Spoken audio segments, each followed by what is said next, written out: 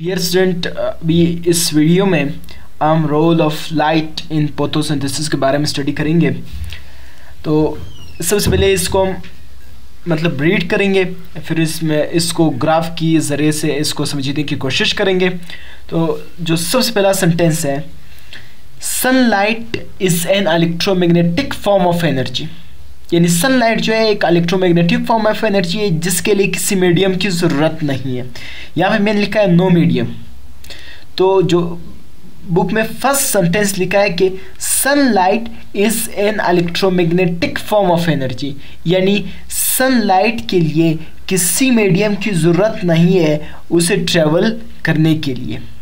ठीक है, फिर सेकेंड सेंटेंस है the full range of electromagnetic radiation in the universe is called electromagnetic spectrum.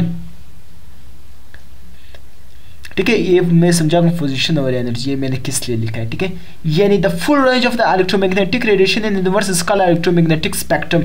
यानी कायनात में जितने भी रेडिएशंस आ रहे हैं उन सबको इलेक्ट्रोमैग्नेटिक स्पेक्ट्रम कहा जाता है। डियर स्टूडेंट, अभी इसको हम ग्राफ में देखेंगे कि इलेक्ट्रोमैग्नेटिक स्पेक्ट्रम क्या है।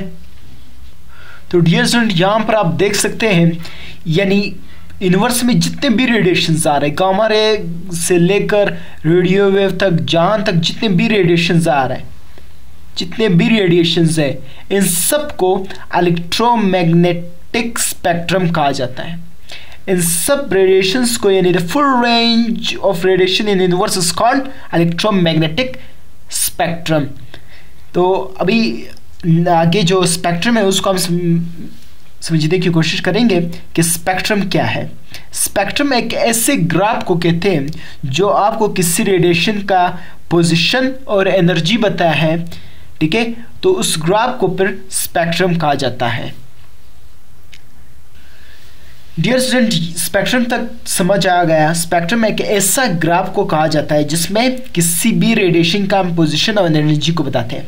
The third line is visible light is only a small part of the spectrum between 380 nanometer to 750 nanometre.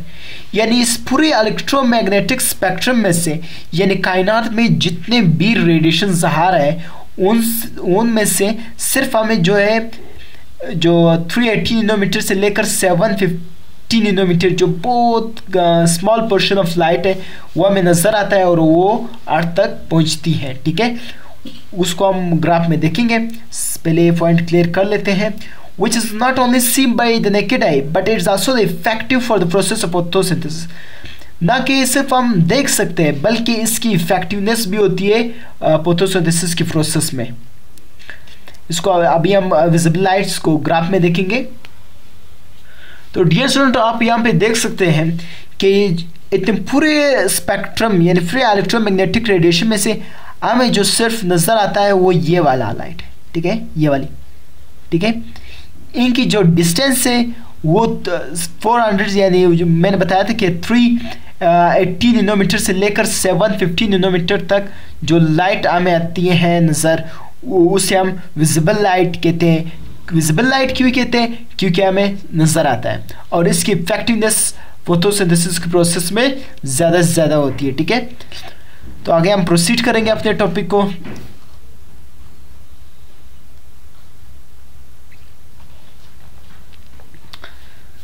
तो डियर स्टूडेंट, यहाँ तक मैं उम्मीद करता हूँ कि यहाँ तक आपको समझ आया। आगे 2-3 पॉइंट्स और हम देख लेते हैं role of light in photosynthesis के बारे में। डियर स्टूडेंट, कुछ और पॉइंट्स हैं, यानी role of light in photosynthesis के 2-3 पॉइंट्स और है, वो भी हम देख लेते हैं।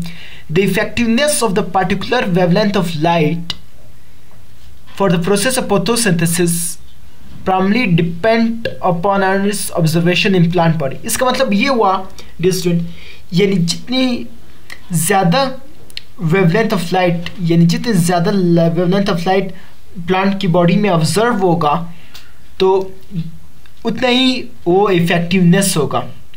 किसके लिए? प्रोसेस ऑफ फोटोसिंथेसिस के लिए। जितना ज़्यादा लाइट प्लांट की बॉडी में ऑब्जर्व होगा उतना ही वो इफेक्टिवनेस होगा for the process of photosynthesis. यानी जो फोटोसिंथेसिस की जो अमल है उसके लिए ये ज़रूरी है कि कितना लाइट ऑब्जर्व हुआ है। जितना ज़्यादा लाइट ऑब्जर्व होगा उतना ज़्यादा इफेक्टिवनेस होगा। ठीक है, आगे देखते हैं distant. A different wavelength colour of visible light are differently observe by virus photosynthetic pigment.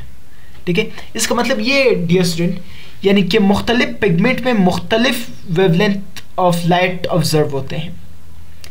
इस तरह नहीं है कि मतलब आर पिगमेंट में जो है एक ही तरह के वेवलेंथ ऑफ लाइट ऑब्जर्व होते हैं, यानी बल्कि इसका मतलब ये है कि मुख्तलिफ फोटोसिंथेटिक पिगमेंट जो है वो मुख्तलिफ वेवलेंथ ऑफ लाइट को ऑब्जर्व करते हैं। ठीक है, therefore each wavelength has its own effectiveness for the process of photosynthesis। लिहाजा हर वेवलेंथ ऑफ लाइट की अपनी ही इफेक्टिवनेस होती है फॉर प्रोसेस ऑफ फोटोसिंथेसिस, यानी फोटोसिंथेसिस की जो अमल है उसके लिए मतलब हर वेवलेंथ ऑफ लाइट की अपनी इफेक्टिवनेस होती है। तो दोस्तों उम्मीद करता हूँ यहाँ तक आपको समझ आया होगा। तब तक के लिए अपने उस्ताद वकील अहमद को इजाज़त दीजिए। अल्लाह हाफ़िज़।